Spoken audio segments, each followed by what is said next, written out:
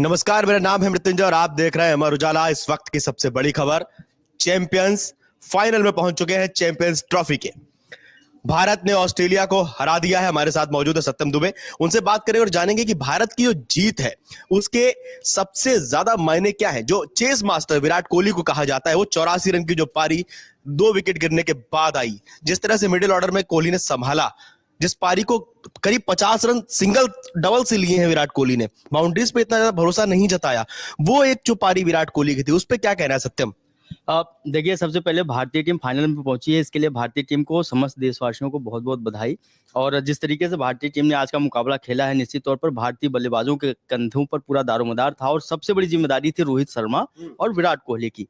रोहित शर्मा कुछ हद तक तो अपनी जिम्मेदारी संभालते हुए नजर आए, लेकिन विराट कोहली ने जिस तरीके की बैटिंग की है, जितनी तारीफ की जाए कम है। इसी को अनुभव कहते हैं मृत्युंजय, कि एक अगर वो आउट होने वाला शॉट देखें तो थोड़ी सी, अगर मैं ये कह सकता हूं कि वो शॉट जल्दबाजी कर गए थे, अगर उस पर भी वो आहिस्ता से रुक जाते तो सेंचुरी हो जाती। सेंचुरी तो अलग की बात है, शायद वो मुकाबले को बिना आउट हुए ही ले जाते, जैसे पाकिस्तान के खिलाफ मुकाबला हुआ था, उस वहां सूझबूझ दिखाई थी। लेकिन इसके बावजूद भारतीय टीम जीती है तो सिर्फ विराट कोहली की इस बल्लेबाजी की बदौलत जीती है। और जिस तरीके से उन्होंने एंकर किया है, एक छोर को संभालना, जब आपके पास शुभमन गिल और रोहित शर्मा ना हो क्रीज पर, वहां विराट कोहली कंगारू जैसी टीम के सामने खड़े होना, इस परिस्थिति में कि हम नॉकआउट मुकाबले में है, मुकाबला अगर हमारे हाथ से चला जाए तो फिर हम बाहर भी हो सकते हैं इस टूर्नामेंट से, उसके बावजूद विराट कोहली ने जिस तरीके से बल्लेबाजी की और सामने अपने दूसरे एंड पर खड़े बल्लेबाज को भी समझाते हुए उन्होंने जिस तरीके से टीम को आगे लेकर आए वो इस पूरे मैच में, बहुत ही शानदार। बिल्कुल सत्यम, बिल्कुल सही कहा आपने। जब 2 विकेट गिर गए, गिल और रोहित शर्मा पवेलियन पहुंच गए, श्रेयस अय्यर और विराट कोहली क्रीज पे थे। किस तरह से विराट कोहली ने श्रेयस अय्यर के साथ जो साझेदारी बढ़ाई आगे, श्रेयस अय्यर का भी बहुत बड़ा रोल था वहां पे। अगर एक विकेट तुरंत और गिर जाता तो शायद भारतीय टीम मुश्किल में आ जाती। देखिए, न सिर्फ श्रेयस अय्यर का तो इम्पोर्टेंस इस वक्त नंबर 4 की इतनी जबरदस्त है भारतीय टीम को, कि अगर नंबर 1 मिडिल ऑर्डर प्लेयर भी है। नंबर 4 की तलाश भारतीय टीम को बहुत लंबे अरसे से थी। एक समय युवराज सिंह थे, तब से युवराज सिंह के जाने के बाद वो जगह अभी तक भरी नहीं जा सकी थी वनडे क्रिकेट में। खासतौर से वहां कई लोगों को आजमाया गया, केएल राहुल तक को भी आजमाया गया, ऋषभ पंत वहां आजमाए गए। उसके बाद भी अब श्रेयस अय्यर के तौर पर भारतीय टीम की ये तलाश पूरी होती हुई कुछ हद तक नजर आ रही है। मैं ये कह सकता हूँ कि भारतीय टीम की तलाश पूरी हो गई है, अगर ये लगातार इसी तरीके से बल्लेबाजी करते रहे। श्रेयस अय्यर की आज की पारी बहुत ही शानदार पारी थी।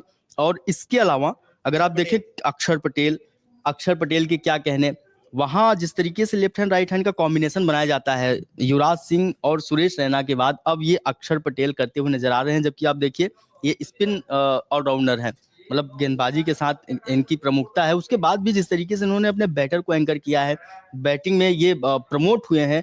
अगर आप सोचो कि केएल राहुल से पहले कई दफा ये बैटिंग करने आ रहे हैं, आज के मुकाबले में भी ये केएल राहुल से पहले मुकाबले में पहले बैटिंग करने आए, तो आप सोचो कि बहुत बड़ी जिम्मेदारी अक्षर पटेल के कंधों पर थी और आज उन्होंने बखूबी निभाया। बेशक छोटी पारी, लेकिन कीमती पारी उन्होंने खेली, जिससे भारतीय टीम को ये जीत का स्वाद मिला। इसके अलावा मैं बात करूं तो केएल राहुल, जिसकी चर्चा हो रही थी, बतौर विकेट कीपर बल्लेबाज केएल राहुल टीम में है और अनुभव इनके पास भी बहुत अच्छा है। आज इसी का परिणाम है कि आज 42 रन बनाकर ये नाबाद रहे और इनके बल्ले से 2 चौके 2 छक्के। देखिए, जब हम रन बॉल खेलते हैं, वहां अगर आप एक छक्का लगा दो ना, तो हमको 5 गेंद और एक्स्ट्रा मिल जाती है, अगर आप तकनीकी तौर से देखें तो। ये केएल राहुल की एबिलिटी रही कि 2 छक्के इन्होंने लगाए और बीच में हम रन बॉल थे। और ये उस टाइम पे जब विराट कोहली क्रीज पे थे, लगातार प्रेशर जो है वो विराट कोहली पे आ रहा था, तब एक एंड से केएल राहुल जो है प्रेशर रिलीज कर रहे थे। तो वहां विराट कोहली को थोड़ी सी आसानी से बल्लेबाजी करने का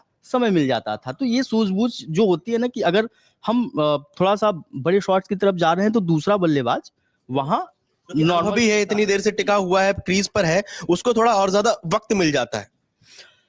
इसके अलावा भी अगर आप देखें तो इसके बाद मैं बात करूं रविंद्र जडेजा, इसके बाद भी हमारी भी बल्लेबाजी बची थी, यानी कि हम मुकाबला जीत चुके हैं और रविंद्र जडेजा जैसा बल्लेबाज अभी क्रीज पर आया ही था, तब तक हम मुकाबला जीते। तो आप इससे अंदाजा लगा सकते हैं कि किस तरीके से आज हमारी बल्लेबाजी हुई है। हार्दिक पांड्या की भी तारीफ करनी चाहिए। हार्दिक पांड्या, वो वही तो मेन कड़ी थे, उनकी बात नहीं हुई इस मुकाबले में। हार्दिक पांड्या देखिए, 28 रनों की ये पारी हार्दिक पांड्या की शायद उनको भी और देशवासियों को भी बहुत याद रहेगी। और जिस तरीके से आज उनके बल्ले से 28 रन निकले हैं, जाहिर सी बात है कि भारतीय टीम फाइनल में पहुंची है, तो इस 28 रन की बहुत ज्यादा कीमत थी उस दौर में, जब हम फंसते हुए एक वक्त में नजर आ रहे थे। कंगारू टीम की गेंदबाजी थोड़ी सी मजबूत हुई जब विराट कोहली आउट हुए, तो वो बैक करने की कोशिश की है। उसके बाद हार्दिक पांड्या ने उनको फिर से बैक फुट पर धकेल दिया था। सत्यम, 2023 का जो जख्म था वो पूरी तरह से अब मरहम लग गया उस जख्म पे।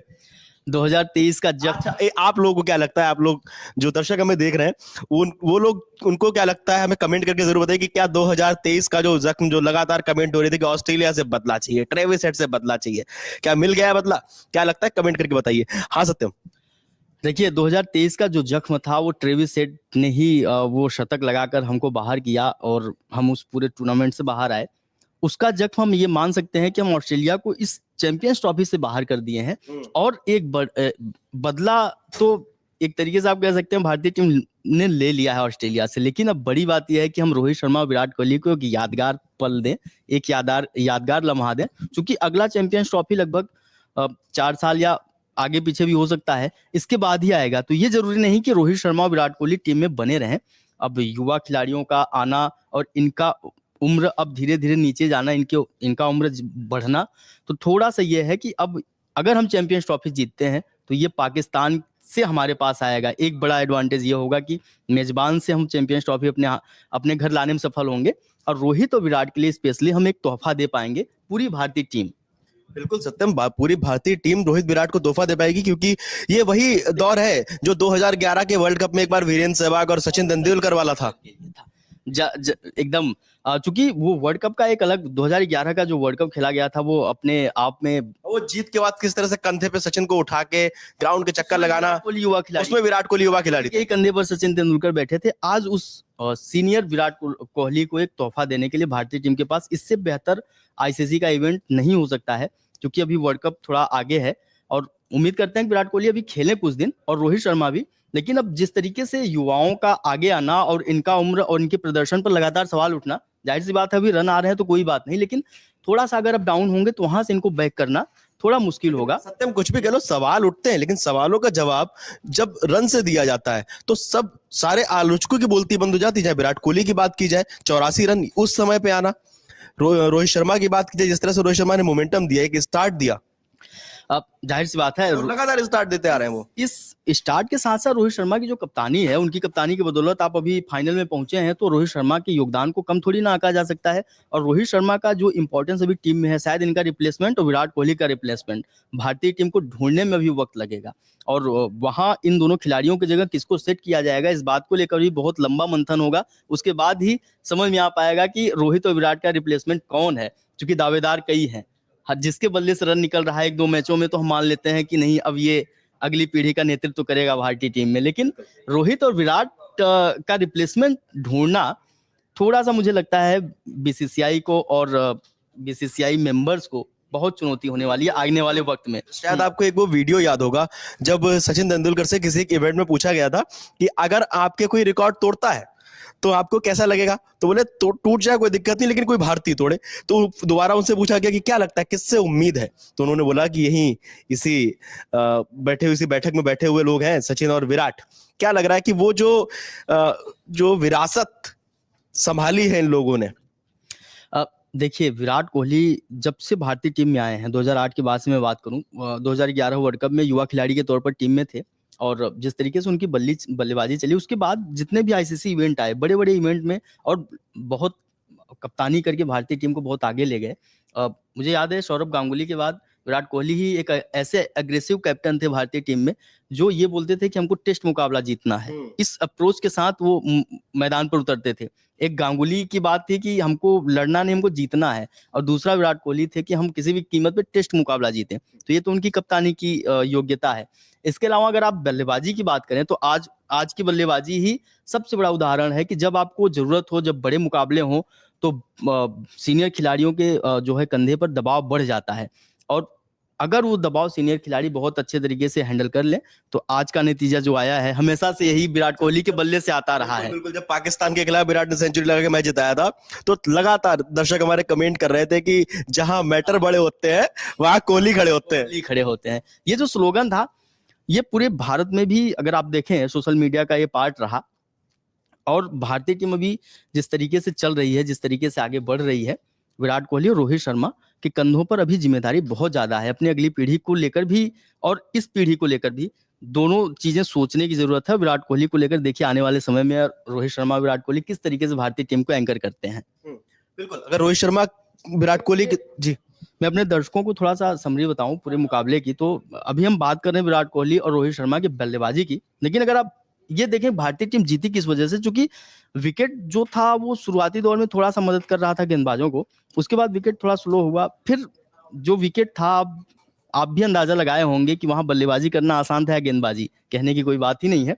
उसके बाद भी भारतीय गेंदबाजों ने ऑस्ट्रेलियाई टीम को 264 रनों पर ढेर किया, उसमें योगदान गेंदबाजों का सबसे ज्यादा था और भारतीय क्षेत्र रक्षक यानी फील्डरों का, गेंदबाजों की बात करें जिस तरीके से गेंदबाजी को लीड किया है मोहम्मद शमी ने, पिछले मुकाबले में शायद इनको विकेट नहीं मिला था अगर मुझे सही याद है, लेकिन इस मुकाबले में उन्होंने पिछले मुकाबले की भी गेंदबाजी कर दी है।